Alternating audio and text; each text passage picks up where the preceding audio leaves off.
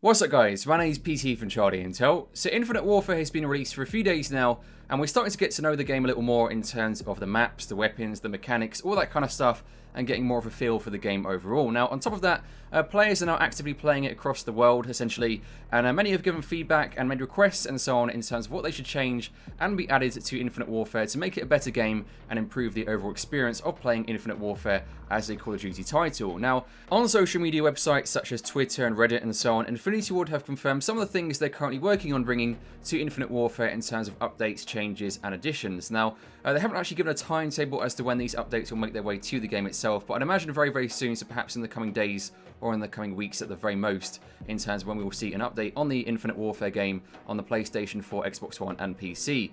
So here's a quick run through in terms of some of the features and additions coming to Infinite Warfare in the coming days or weeks. So first up, a mute all but party option is coming very soon for matches, so that's pretty cool, and of course it will allow you to mute everyone but the people who are in your party. Next up we have Infected mode, which is coming soon and it's currently in final testing. Now as we know, the Infected mode was very broken in the beta and it hasn't made it to the final game when it actually came out on November 4th, 2016. So if you try and play Infected right now, it's not currently available as a playlist on Infinite Warfare, but it looks like it'll be available very soon in terms of a game mode to play with players online on Infinite Warfare. So I'm quite excited for that because of course Infected is a very enjoyable mode and it's exciting to see it's finally coming to Infinite Warfare. Why it wasn't ready for release day I'm not quite sure, but of course at least it's now coming very soon. Next up, they plan on rotating in and out many of the game modes, including Search and Rescue, All or Nothing and more. So it looks like they're trying to rotate some of the game modes to give more variety every so often, because of course there are currently 17 available game modes in Infinite Warfare and it would be too many to actually have available in one go, so I guess it makes sense to rotate them to make sure they're actually populated so you can then find players.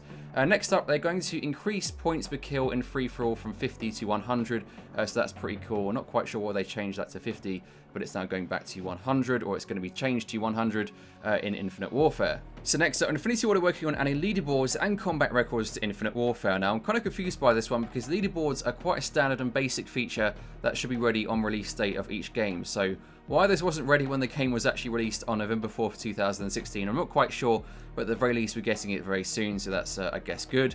The same applies to combat records. I feel combat records should be standard across every Call of Duty game, so why add it afterwards I'm not quite sure.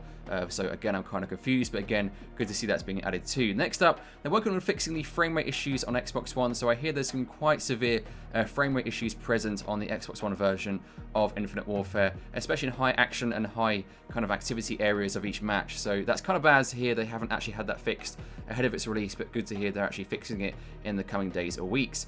Next up, they're looking into issues where split screen players not earning rewards, so that's obviously not good, but hopefully fixed very soon. And finally, when you die in game, they're working to add a kill feed and enemy player card instead of a blank head-up display or HUD or HUD, however you want to pronounce it. So that's also cool to see as well, because I mean, why show something blank when you can show actual meaningful information? So that's good to see they're actually adding that to Infinite Warfare. So that's a quick run through of the upcoming changes and additions to Infinite Warfare in the coming days or weeks. Again, I don't know the official release date for this patch as to when all these issues and changes will be applied to the game, but I would imagine it'll be very soon, so it shouldn't be too long as to when you'll see an update on your console or PC to then apply these changes and additions. So that's all for this video. Make sure you leave a like if you found it helpful and you're excited for these changes and you're enjoying Infinite Warfare and Modern Warfare Remastered.